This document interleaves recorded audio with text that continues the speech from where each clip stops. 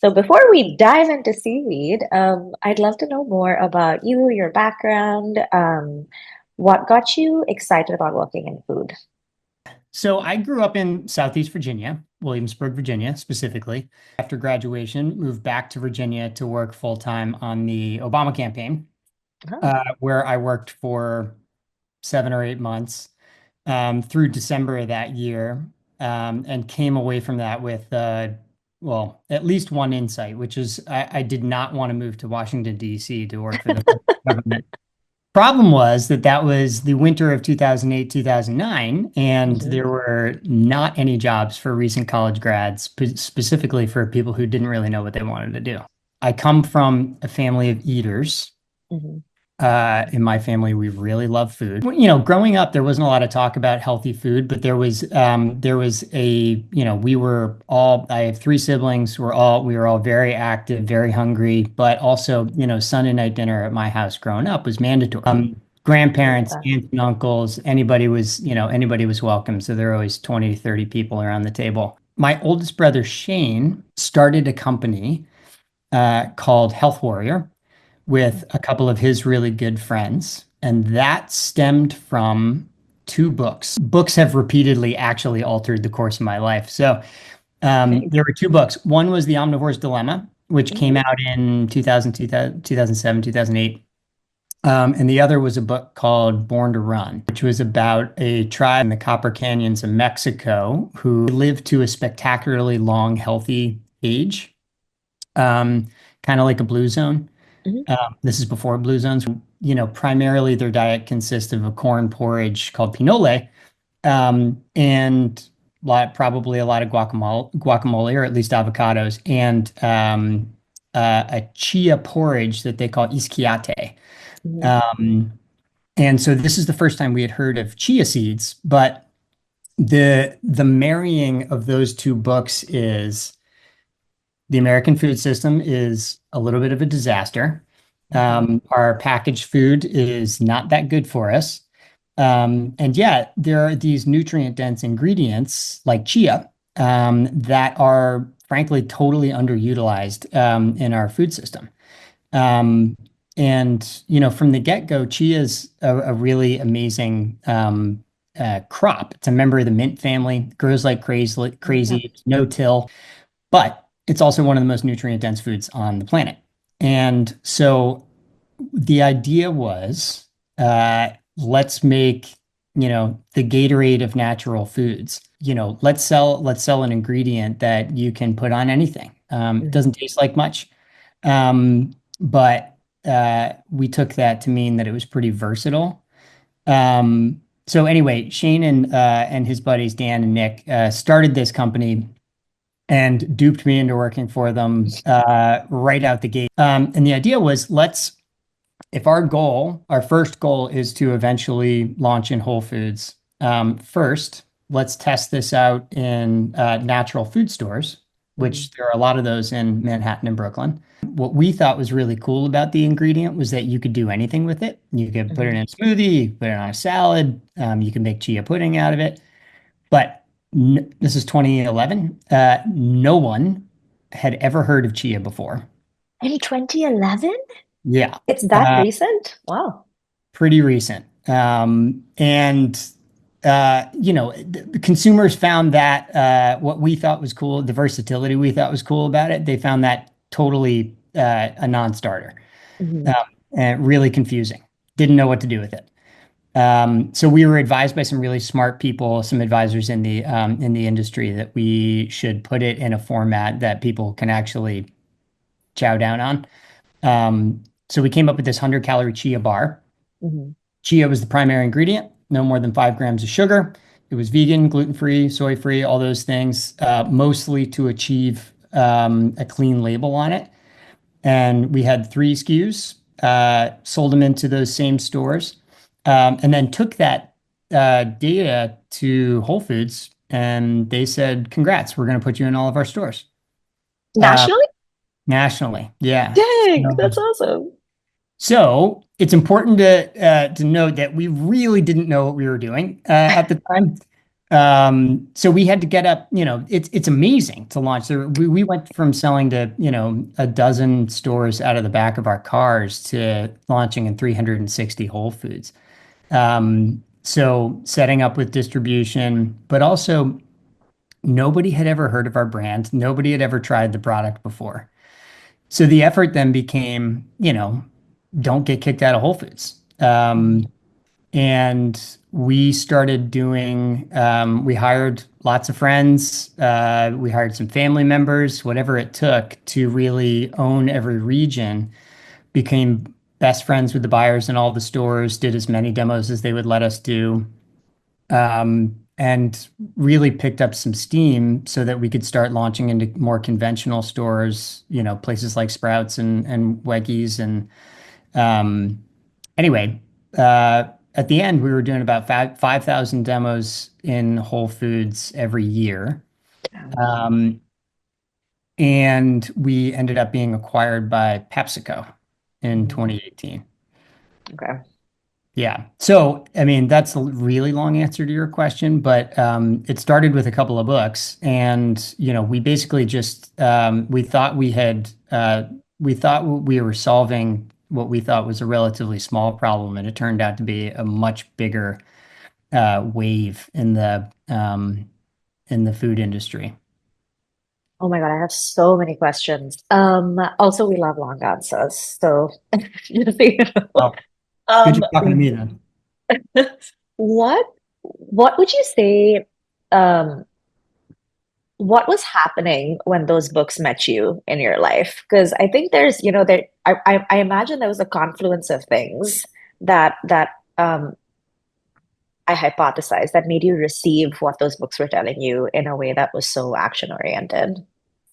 Yeah, I mean, really, it really was that, realizing, the line is that Americans get something like 60% of their calories from packaged food, and most of Oof. that packaged food is not very good for you. Yep, And it felt like the more we actually literally spent time inside the grocery stores talking to, if you're doing thousands of demos in Whole Foods every year, you're meeting so many people. totally. And it was really those conversations with people. Some are, they're totally fine just eating candy bars and drinking Gatorade. But a lot of people really were looking for uh, better options. Um, and that doesn't mean that they necessarily loved our products, but they loved what we were doing, what we were trying to do. Mhm. And there were a lot of other cool companies that were coming along at that same time too, that were trying to answer the same question. So yeah, I think it's like, I love food. So making delicious stuff that actually is good for people. Mhm. And actually, over and over and over and over a zillion times having conversations with people about that. And you realize that, bigger than just our Sunday dinner, the communal aspect of food, it's a global thing. People need to eat, and they should be eating things that they should have better options, frankly. Totally. I think something that I've been thinking a lot about and something that's coming out as a through line for me listening to you is just the power of storytelling. Yeah. It's like you met these stories at the right time in your life. It literally propelled you into like this wild journey career, right? Um, I imagine you were telling a story about Chia and then you ended up telling a different story about Chia, or maybe it was the same story. You're telling stories to your team, you're telling stories to your customers. I'm curious like, what was that original story about Chia that you were telling? And did that land? Um, yeah, it's a great question because one of the things that we realize, and this is, I can only speak for myself, but I know that others had this issue too, is Mhm. um, telling that story about Chia when nobody's ever heard it and nobody's ever Mhm. tried it before. Anybody who's really done well in the food industry will tell you that like a simple story and the product tasting amazing are Totally. the most important things. By the time you get to Chia, like their eyes have glazed over and they're moving on. So we had to just, we had to simplify stuff. So this is about the time that like the term superfoods started coming around. Mhm. Um, there are these simpler ways of describing what is actually like a really, really deep story. Mm, Um, and there are other, ingredients.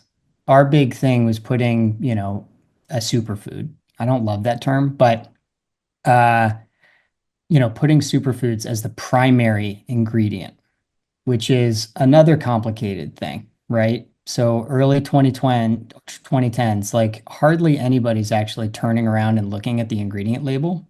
mm, They're doing it a lot more now, which is really good. Um, but when you say the word primary ingredient, unless you work in the food industry, nobody knows what you're talking about. totally. Um, so helping people, be, I think, a little more conscious of the fact that they are eating the same things day in, day out. And I'm not trying to force anybody to eat veggies.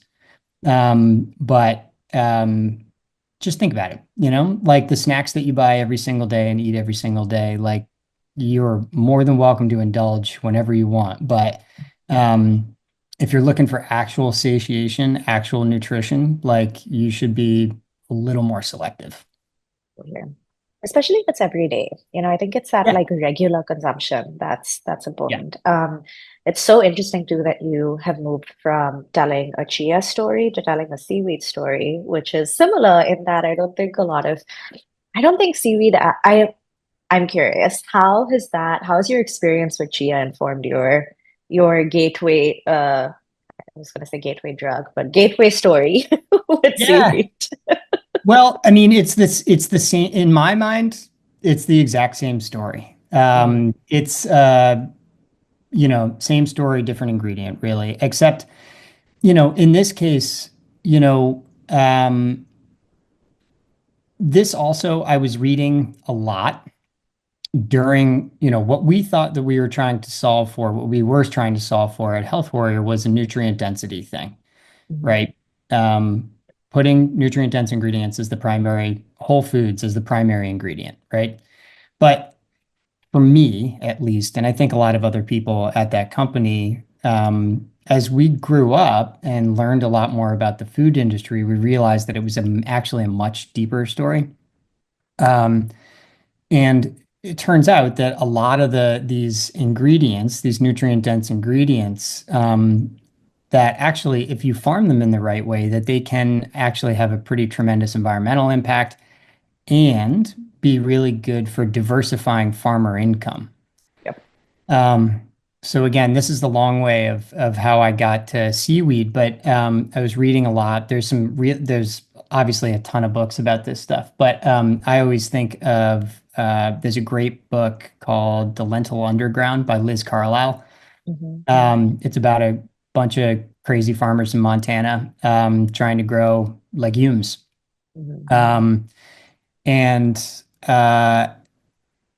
I also, Pepsi acquired us, spent a year inside the belly of the beast there. And then I wanted to start this company during that time because it felt like we could have a bigger impact if we worked on supply chains, if we mhm, actually did the work of accelerating the adoption of some of these cool ingredients.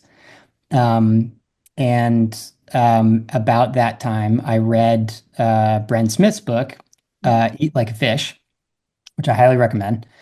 And I met the team at Greenwave, the nonprofit that is, the global leader in training and market development for kelp. Um, and it just appeared to me that this was, again, I always say if you squint a little bit, what a commodity soy or corn farmer is dealing with is really similar to what lobstermen and fishermen are dealing with. mhm. You're attached to a commodity market. You may make, a lot of money one year, and you may make nothing the next. It's very nature dependent based on the weather, all that stuff. Um, and you a lot of folks, I think, if talking to the farming community, whether they be fishermen or land-based farmers, is they know that one of the ways to get out of it, to get out of um, this profitability spiral, is to diversify the things that they're growing. Mhm. So, if you're a fisherman, it's kelp farming or, you know, uh, other seaweeds or getting into shellfish, Mhm. in addition to lobster and going out to fish. For land-based farmers, in a lot of cases, it's cover crops, it's growing beans, it's doing things that are actually replenishing the soil, but also hopefully additional income streams for you throughout the year, counter seasonal stuff. However, based on a lot of conversations I had with farmers, they weren't gonna, you can have the coolest, tastiest ingredient in the world and it can be awesome for your farm, or, same thing with kelp farmers. It's an amazing crop. But if nobody's gonna buy it, if there's no market for it, you're not gonna grow it. And you shouldn't, um, because you'll run out of money really fast. Mhm. Um, so our goal was to, starting with kelp, to do a lot of that work, to purchase from farmers, to commit that, and then do the market development work from an ingredients perspective, so that we can really build up markets for these new nutrient dense, awesome for the environment and for farmer income crops. So it's been an interesting journey for you because you're moving further upstream in the supply chain. So you moved from even, direct, field work in store, selling to selling to consumers one-on-one, to Yeah. now really building value across that supply chain. How has that journey been for you? Um, Interesting. Um, Spoken like a true entrepreneur. Yeah, I've learned a lot.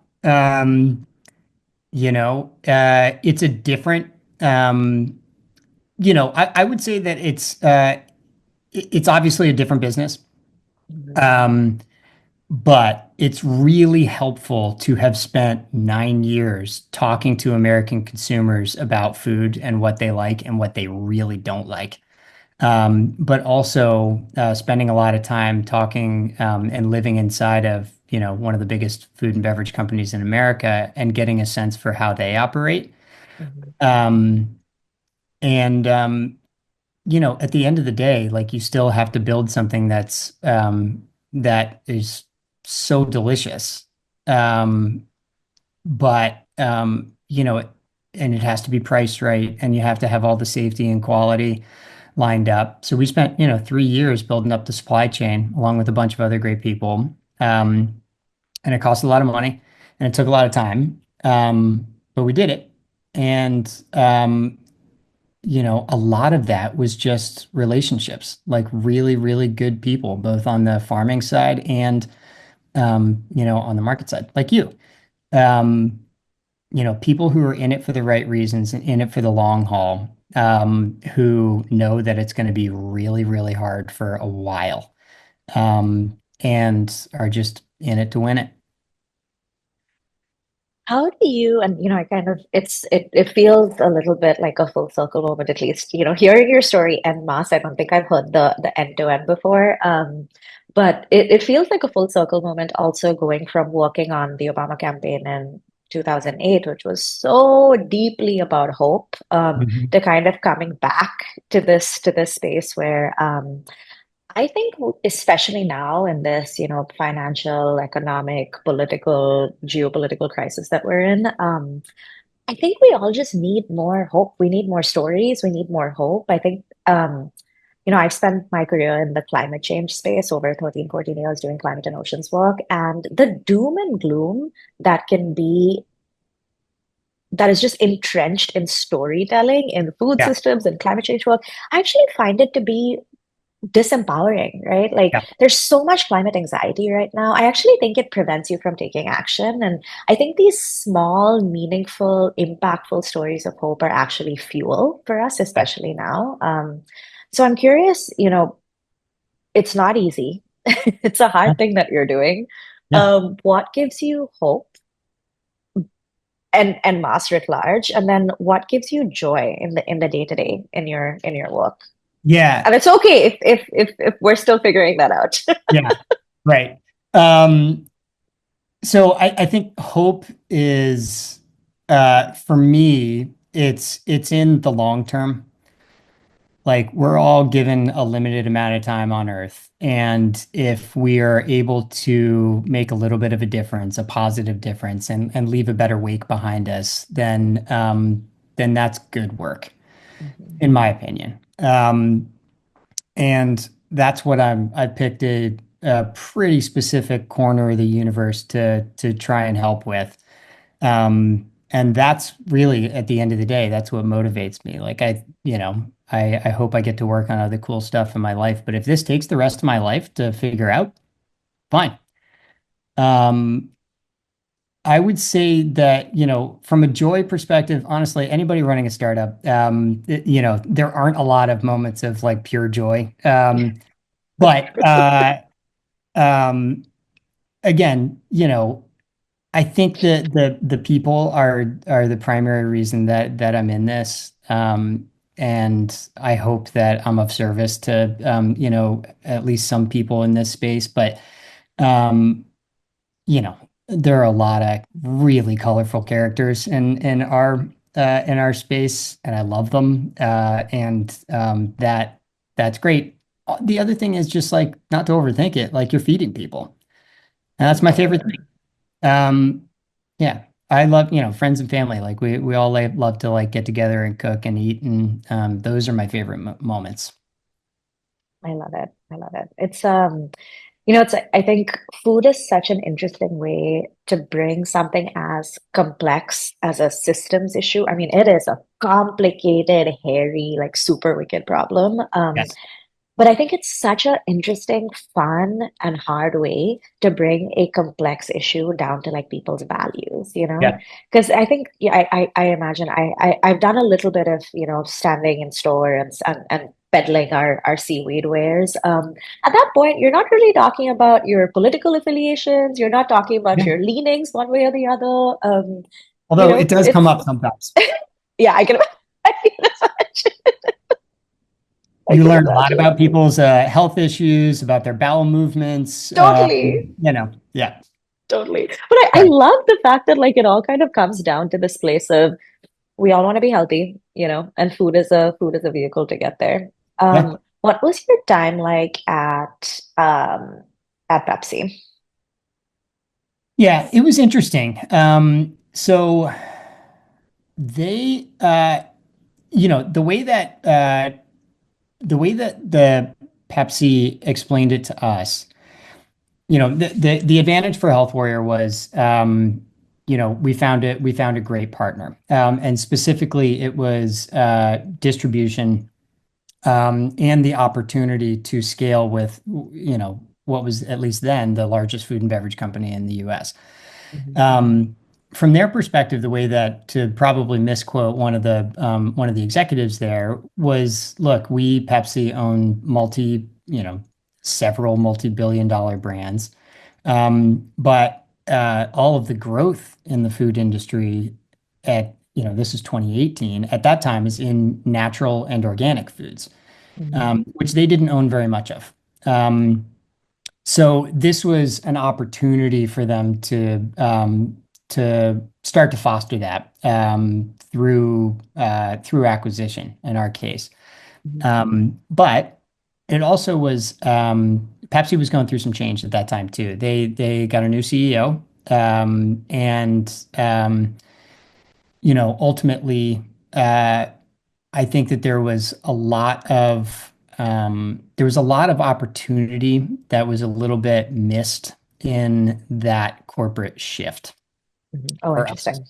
because we were very small, they're very large. Yeah, And we could get a lot of meetings that we weren't able to get when we were on our own. But things move slower. It's hard to be scrappy and 100% motivated every day when things take a really long time. totally. Um, so, but again, I met some, as much as I would love to be really angry at the big food companies, for all the sugary beverages and everything. But, there's so many good people working inside those companies and they're Totally. trying really hard. But it's tough because you have to answer to consumers at the end of the day and your shareholders. And I mean, you know probably better than anybody, like the food industry is very trendy. Mhm. Consumers are really scary because you don't know what they're going to want from year to year. Um, so it's hard to make those decisions, those long-term decisions, I think. Absolutely. Um, Back to seaweed. What is What are you excited about? I think particularly as we're at this inflection point with the seaweed economy in North America, what are you excited about? What is Crop Project excited about? And if you're willing to go there, curious, to kind of place this in the context of what's happening geopolitically. So with tariffs, how are you thinking about impact differently, perhaps? Yeah. Good question. So I'm excited about a lot of stuff. There is Can I again, just have to say, I think, sorry to interrupt you. I think it's incredible to continuously be excited and have the mm, energy for possibility when you're doing hard work. So I just want to say it's incredible that you're excited about hard stuff because this industry can give you like a beat down. And the fact that you're still excited gives me hope. So thank you. well, likewise. I feed off of other people's energy. So uh, again, like this is probably just like way too nerdy, but like honestly, like a motivator for me, an exciting thing for me, right, is that if you go back to the very beginning, right, first principles, algae, of which, for those who don't know, seaweed is an algae. Um, it's older than trees, it's older than moss. And I think the seaweeds are going to be fine if we don't figure this out. Hmm. But what we've got from this huge variety of both macroalgae and microalgae is the opportunity to really, at least in large part, but not entirely, rebuild our food system because they are there's again like there's something like 15,000, 20,000 species of seaweed, and not all of them are really useful as like for human food, but a lot of them are. And if they're not, they're probably really good for rebuilding ecosystems, which we need. And they can be useful for pet food, for agriculture applications.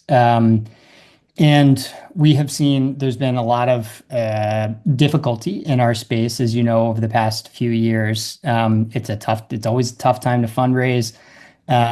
It's hard to build a market. It takes a really long time.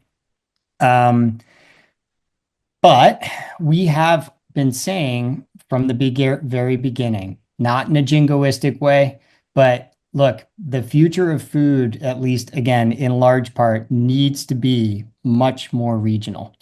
Totally. Um, More resilient supply chains. Totally. And there's this quiet, very large, very quiet thing that is happening. Well, two things. One is profitability of farms is not good.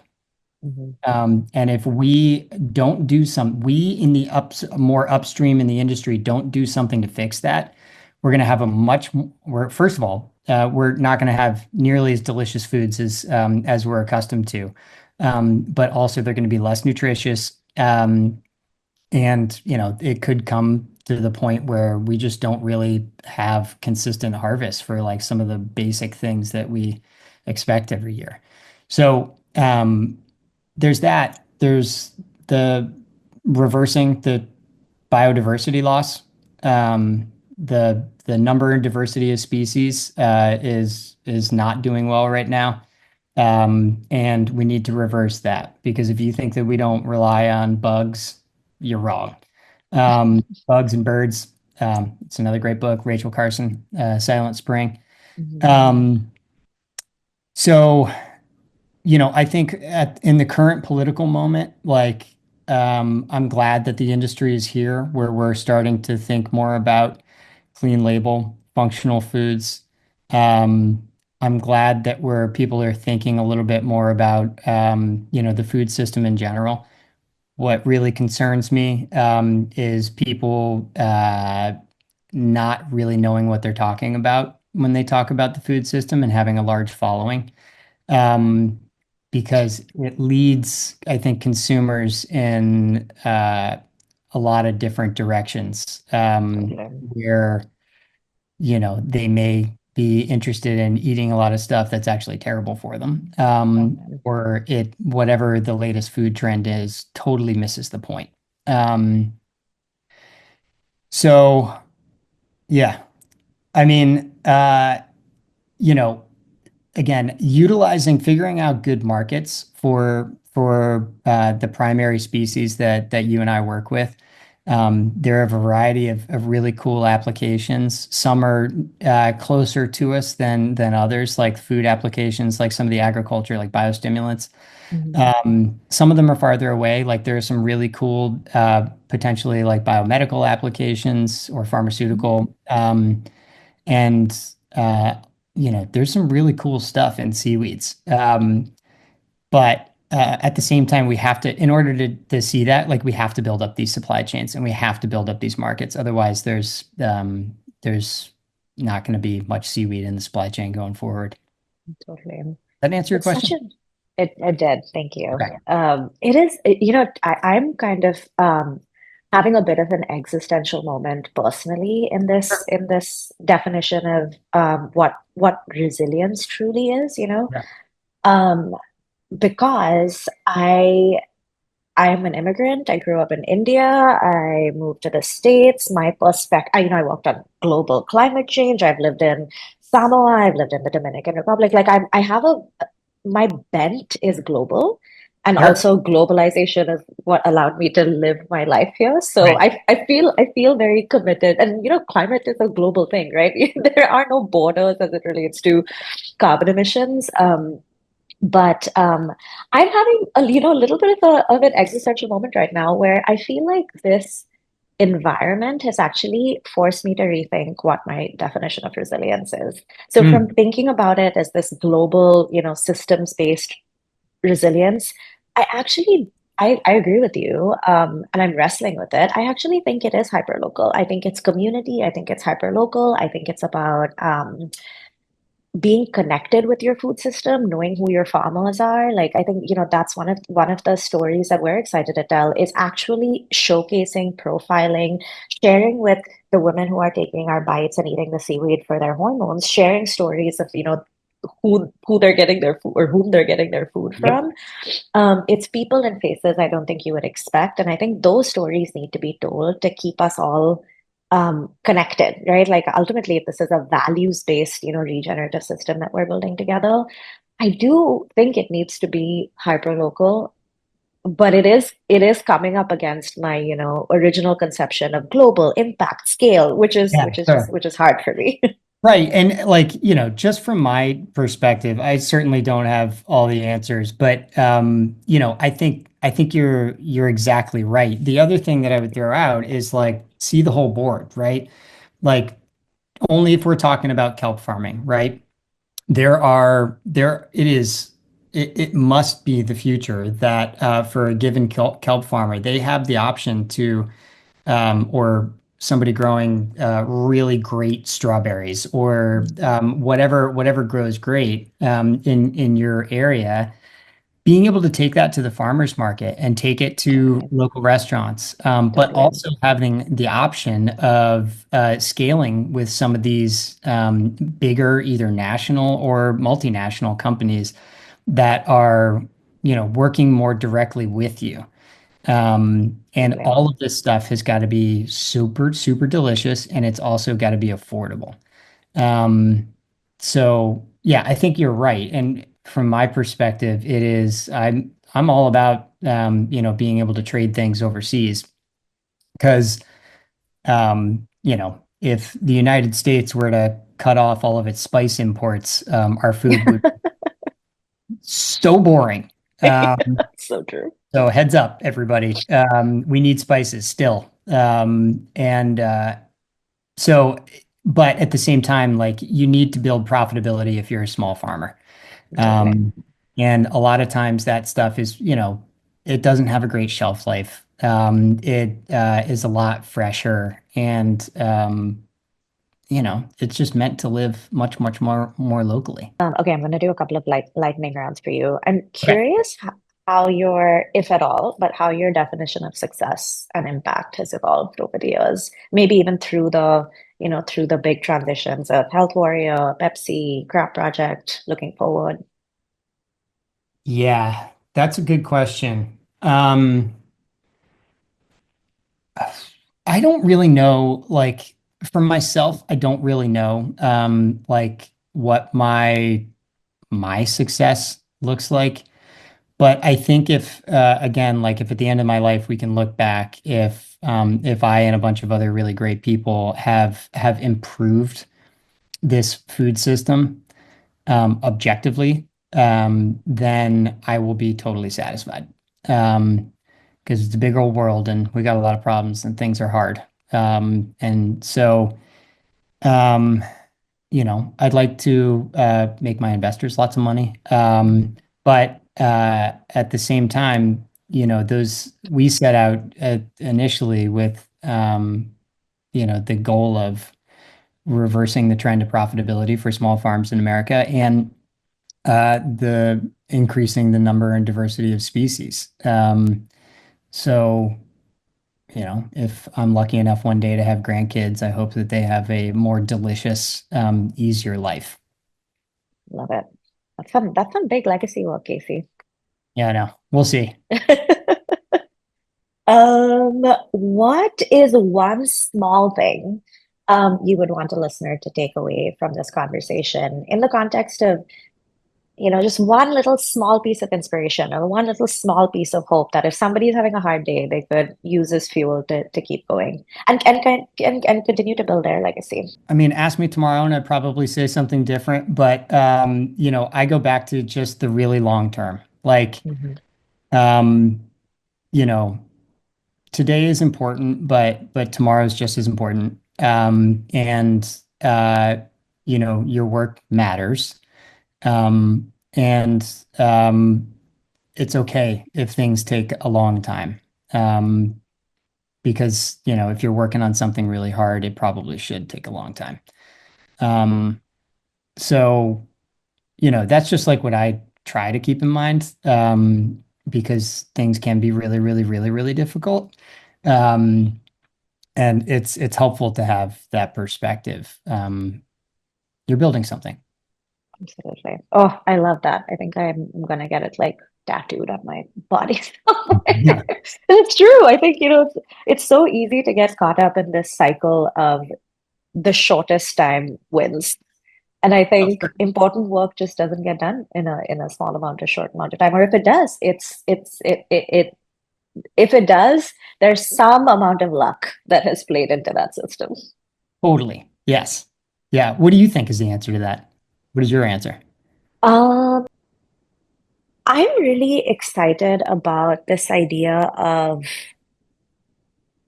I don't know how else to describe it, but like jujitsuing systems, Yeah. you know? Like I think there's many things about the way that we're living today that is objectively not good for either the people living in the system or, the planet. And what's interesting to me is can we actually leverage those kind of shitty systems to build value into something else that's actually better Yes. for people and planet. So, I think for me, the big kind of vision statement or the big mission that I'm working towards with Rootless is, and I think the seaweed economy in general is like can we actually leverage the narrative of superfoods and can we actually leverage consumer demand and can we actually leverage like the Dubai chocolate effect where now there's like a shortage of pistachios, like can we Yeah. leverage the fact that we consume things en masse, that we're habitual creatures, that we're influenced by our peers, can we leverage the very powerful lever of capital markets and consumer demand to build value in a supply chain, and then you look back at it and you're like holy shit, I actually like with my purchasing power did something that helped grow an economy that could be better for people, better for planet. So Yeah. I think the everyday piece of it that gives me hope and is just knowing that every small step is making at least someone healthier, you know? Yeah, totally. And I love that. Yeah, me too. And that's a good point. One of the things that I think about all the time too is like the power of consumers, right? Both the negative Totally. and the positive. And I don't know that again, I'm not expecting that everybody's going to be thinking about this every time they're buying something, but um your our purchases of things Totally. are really, really, really powerful. Not only to the business that you're buying from, but also to the larger trends in the world. Totally. Um, so, think about it. Totally. I mean, I think that to me, the stat that kind of blows me out of the water is girls around the world. You know, Hmm. women control the global economy with our Incredible. purchasing power. I think we control $20 trillion in consumer spending. We're Mhm. also making household decisions, right? In terms of our purchasing power. So I think marrying the two, like marrying women's health, speaking to women specifically as the leverage point, uh, feels like a really exciting opportunity for me. So that's exciting to me. But yeah, I mean, on the day to day, it's hard. It's hard work, and I think reframing this around the fact that like this is legacy work and it's gonna take time is really valuable advice. Yeah, for sure. My favorite story about that, by the way, is like I was aware of those stats. Mhm. And then you do a Costco roadshow Mhm. selling Chia bars, and you see in many regions around this country, at least, how many men need their wives' permission to buy anything new. That's amazing. You see it live. It's hilarious. Last lightning question for you. What is your favorite fact about seaweed? Ooh. I'm going to revert back to that original one, that it is older than moss and trees. Mhm. Um, some of the original organisms on planet are exceptionally resilient uh, organisms. I think my favorite one is is related. Seaweed most a lot of the time is found in zones of tumult, you know, like wave breaks and really harsh conditions. And one of the reasons that it is such a super concentrator of nutrition and it is such a super concentrator of resilience in its physiology, um, is because it's in zones of tumult. You know, like that's the reason Yes, that we as humans are benefiting from its antioxidizing potential, from its, you know, bioactives. So I love the fact that you have something that is incredibly resilient, is doing hard things, is yeah, found in hard places, and that's what gives it its superpowers. So I think there's like a story of resilience here with seaweed that I find very inspiring. I agree. Um, the other one is, are you familiar with the kelp highway hypothesis? Yes, but please share because I Well, think that might I'm be my probably going to second butcher favorite. this, but that I think this theory has been around for a long time, but they've more recently they've found evidence of this. But you're taught, or at least you were when I was a kid, you were taught that humans first came over to North America via land bridge from Asia to North America. But they've found that actually there's evidence that humans were here thousands of years before then, and because there was a kelp bed that was running from Asia across the Aleutians into Alaska, down to BC, down to the southern tip of Baja, where fishermen were following that kelp highway for food. And the reason is because they're such great habitats for the whole circle of life. You get whales and dolphins and seals and all the fish. Um, and another thing is like if you think you're having a tough day at work, imagine taking a boat from Asia to North That's America true. 15,000 years ago. You know, it's not that bad. That's true. That's true. I love it. Well, thank you, Casey. This is such a joy. I feel like we could trade seaweed facts for hours Yeah, next time. next time.